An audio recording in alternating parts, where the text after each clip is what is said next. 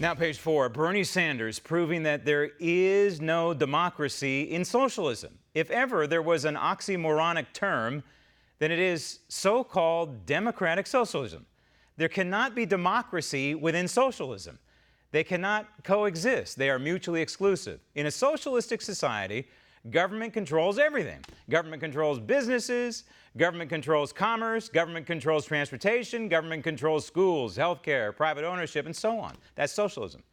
Democracy is about the freedom to choose all the above through a system of elected representatives who possess limited powers through limited government. Socialism is about the unlimited power of government over everyone and everything. And so here's old Bernie trying to explain to us what he means by democratic socialism.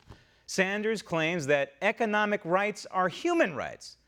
By that, he is arguing that the government has the fundamental right to take from wealthy individuals and give their hard-earned money to the not-so-wealthy. Yep, pure distribution of wealth. Sanders uses the term income inequality as a pejorative.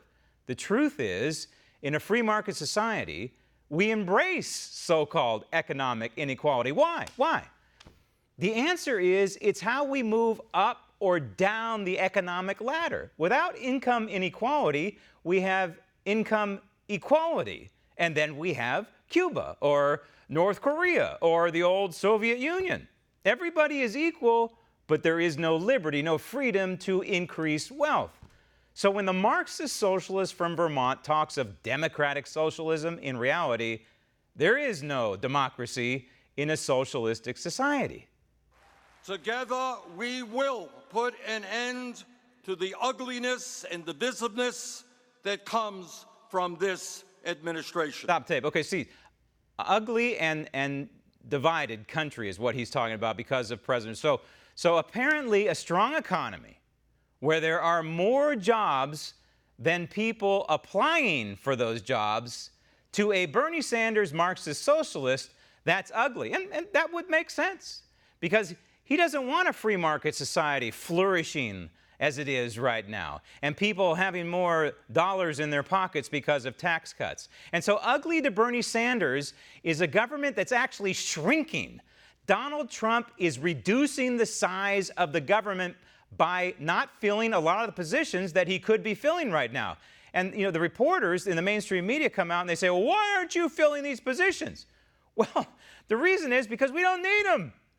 Government appears to be functioning just fine without these people, and therefore the American taxpayer are not on the hook for their salaries and their pensions and what have you. But Donald Trump is also shrinking the size and scope of government by reducing the red tape, by reducing regulations, and that too is allowing the U.S. economy to flourish, which again goes completely against what Bernie Sanders is standing for.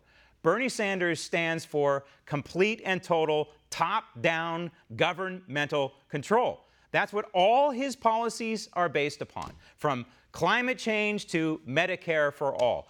Bernie Sanders is the living, breathing antithesis to what the framers of the Constitution gave us in the founding document. He is an existential threat to the existing liberty of all Americans in this republic. That is the truth. Roll tape. Let me be frank with you for a moment. Stop tape. You can be Frank, you can be Bernie, you can be Kamala Harris. I don't care. You're still a Marxist socialist. And because you are a Marxist socialist, in my mind, you are a marked man. And I will be damned if, Bernie Sanders, you will be allowed to take away my liberty and the liberty of my fellow Americans in any way, shape, or form. I will go down fighting you politically to the very end to preserve liberty in this republic. Frank. Roll tape. While we are all united in the need to defeat Trump. Stop tape. First of all, I don't believe the Democrat Party is united at all. I believe it's being torn apart day by day. It's being fractionated and factionated because it's the party of identity politics. It can't be cohesive. Yes, they might be in agreement that they want to replace Donald Trump one way or another. But in the end, the Democrat Party, the modern Democrat Party, does not stand for certain tenets. Want to see more videos like this? Click on the link below and subscribe to One American News on YouTube. And call your cable provider and kindly demand that One American News is added to your lineup. Call and subscribe today.